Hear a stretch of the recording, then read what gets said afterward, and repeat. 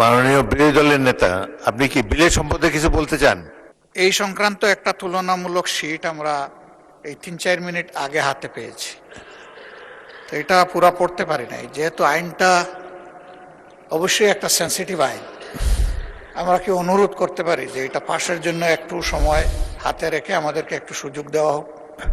সময়ের সাথে সাথে দেখা দেয় নিত্য নতুন প্রয়োজন। রেডি থাকতে হয় প্রতি মুহূর্ত। তাই এলো ইনোভার, যেন আপনি লাইফে থাকেন রেডি প্রতিদিন। Innova, designed for now. এই বিলটা হলো একটি গণহত্যাকারী সন্ত্রাসী সংগঠনের নিষিদ্ধকরণ সংক্রান্ত একটা অ্যামেন্ডমেন্ট। আগের যে আইন ছিল সন্ত্রাস বিরোধী আইন, সেটা অ্যামেন্ডমেন্টের জন্য। মানে বিরোধী দলীয় নেতা নিশ্চয়ই স্মরণে থাকার কথা, ওনারা এবং এনসিপির বন্ধুরা সবাই মিলে এটা আন্দোলন করেছিলেন। সেই আন্দোলনের প্রেক্ষিতে এটা মোটামুটি বাংলাদেশে একটা জনমত সৃষ্টি হয়েছিল।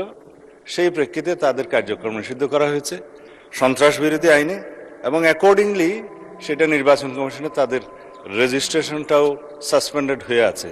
এবং এখানে এই আইনের অনুবলে পরবর্তীতে আর্টিকেল 47 অনুসারে সংবিধানের আইসিটি অ্যাক্টেও পরিবর্তন এনে সংগঠনের বিচারের জন্য সেই আইনটাও সংশোধন করা হয়েছে।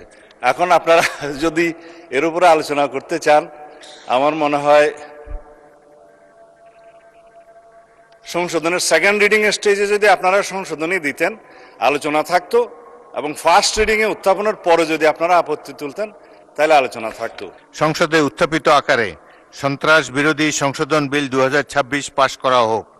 যারা এই প্রস্তাবের পক্ষে আছেন তারা হ্যাঁ বলুন, যারা এই প্রস্তাবের বিপক্ষে আছেন তারা না বলুন। আমার মনে হয় হ্যাঁ জয়যুক্ত হয়েছে, হ্যাঁ জয়যুক্ত হয়েছে, হ্যাঁ জয়যুক্ত হয়েছে। অতএব সংসদে উত্থাপিত আকারে সন্ত্রাস বিরোধী সংশোধন বিল 2026 সর্বসম্মতিক্রমে পাশ হলো।